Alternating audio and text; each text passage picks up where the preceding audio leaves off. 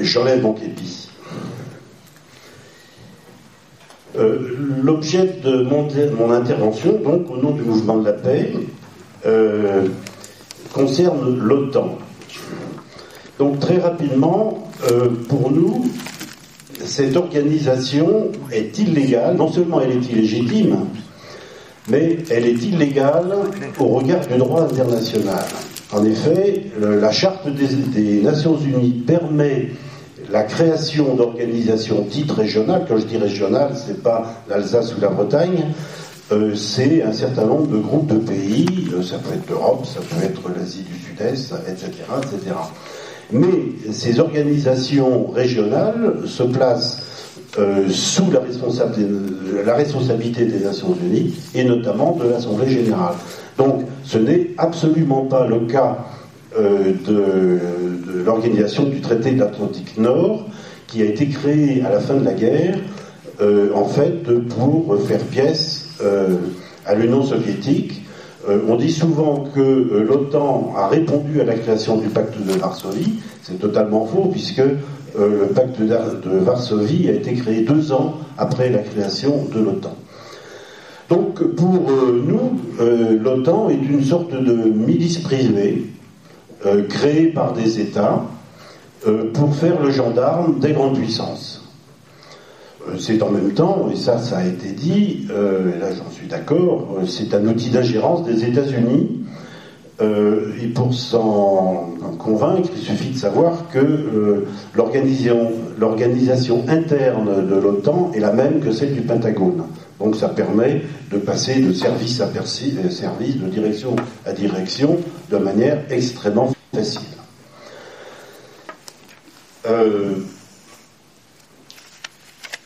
Donc, effectivement, les grandes puissances lui font jouer à l'OTAN un rôle de gendarme à leur profit, en opposition à son rôle initial, qui est une coalition de défense dans la zone de l'Atlantique Nord. Il faudra qu'on m'explique quel est le lien entre l'Afghanistan, par exemple, ou la Libye et l'Atlantique Nord. Géographiquement, c'est pas très simple. Ça peut être aussi une force apportant une simple aide logistique. C'est souvent d'ailleurs ce qui se fait depuis 2-3 ans, et c'est ce qui peut-être deviendrait une forme d'intervention de l'OTAN. Bon, par exemple, en Libye, c'est sous l'égide de l'OTAN, soi-disant de l'ONU. C'est la France et la Grande-Bretagne qui sont intervenus, l'OTAN intervenant en tant que logistique. C'est ce qui s'est passé d'ailleurs, et ça on le sait moins, pour l'intervention de l'Union africaine au Darfour, où l'OTAN assurait une forme de logistique, notamment aérienne. Le sommet de l'OTAN de Lisbonne en 2011 a renforcé cette stratégie, et on peut imaginer que le prochain sommet de l'OTAN qui a lieu à Chicago mi-mai prochain, dans quelques semaines, ira encore plus loin. D'ailleurs, à ce propos, je crois que c'est intéressant de voir que le sommet de l'OTAN se situe au même moment, enfin dans la continuité plutôt, du G8. Je dis bien le G8 puisque ce n'est pas le G9, puisque la Russie n'en fait pas partie. Et donc, on peut imaginer, c'est une hypothèse que l'on formule, ce n'est qu'une hypothèse, qu'il y aurait une sorte de désengagement des États-Unis par rapport à l'OTAN, qui lui coûte très très cher. Enfin, il y a un problème d'argent derrière, de financement extrêmement fort, et pour que l'OTAN, en fait, devienne plus une organisation pour les pays européens. C'est-à-dire que les États-Unis refileraient le bébé aux pays européens et la charge financière leur en reviendrait. Bon, c'est une hypothèse, mais qui est étayée par un certain nombre de déclarations qui ont pu être faites. Bon, ça ne veut pas dire du tout que les États-Unis n'assureraient pas, comme ils le font depuis le début, un contrôle politique très strict sur l'OTAN, mais disons, il y aurait une forme de passage de relais.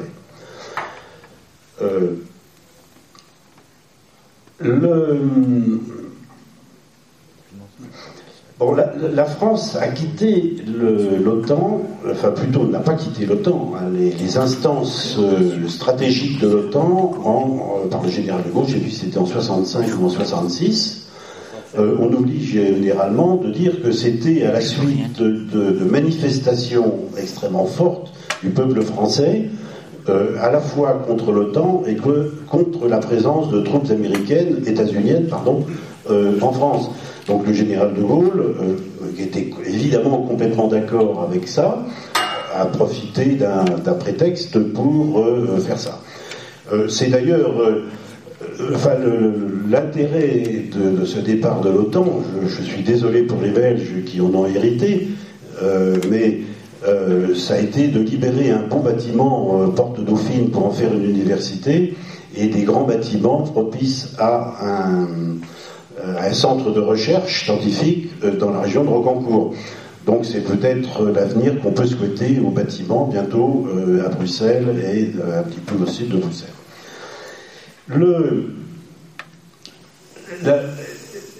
L'intervention de l'OTAN en Libye est contraire à la charte des Nations Unies pour au moins 5 raisons.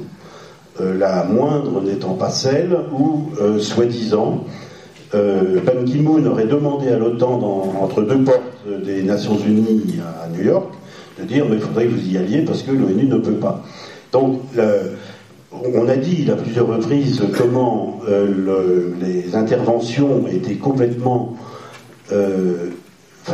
contradictoires avec les résolutions 1970 et 1973 du Conseil de sécurité, j'y reviendrai pas, c'est évident.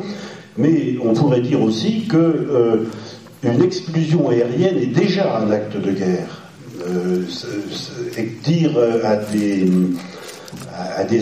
un pays qui n'avait pas le droit de survoler telle ou telle région, comme d'ailleurs ça a été fait pour les populations kurdes dans l'Irak de Saddam Hussein il y a un certain nombre d'années, c'est déjà un acte de guerre. Donc il y avait une contradiction avec le rôle des Nations Unies qui est de protéger la paix. Je le dis en passant. Bon, je voudrais terminer là rapidement en parlant notamment du rôle que l'OTAN peut avoir pour la déstabilisation économique d'un certain nombre de pays. On parle de la Grèce. La moyenne des budgets militaires de l'Union européenne est de 1,7% du produit national intérieur, le PIB, pas le PNB. Hein. Le tout, c'est de comparer des choses comparables. La France est un petit peu à moins de 3%. Je crois que c'est 2,8% du PNB. Par contre, la Grèce, dont on connaît le mauvais état économique, la Grèce dépasse 4%. C'est-à-dire que ça fait entre 2 et 3 fois plus en termes de pourcentage de PIB que la moyenne de pays. Et sachant que dans cette moyenne, il faut tenir compte des pays d'Europe, il faut tenir compte des sommes énormes que les nouveaux pays de l'OTAN, comme la Hongrie, comme la Pologne, ont englouti pour s'équiper de matériel, notamment et principalement états-unien, pour être à la norme, entre guillemets, otanienne. Voilà. Donc, j'en resterai là. Peut-être deux choses. Pour nous, et de manière très claire, le seul avenir que l'on voit pour l'OTAN est sa dissolution. Alors, ce n'est pas évidemment une décision que la France seule peut prendre, mais ce que peut faire la France, c'est quitter l'OTAN et inciter ses partenaires, les autres pays, à en faire autant, de manière à ce que ça devienne une coque vide.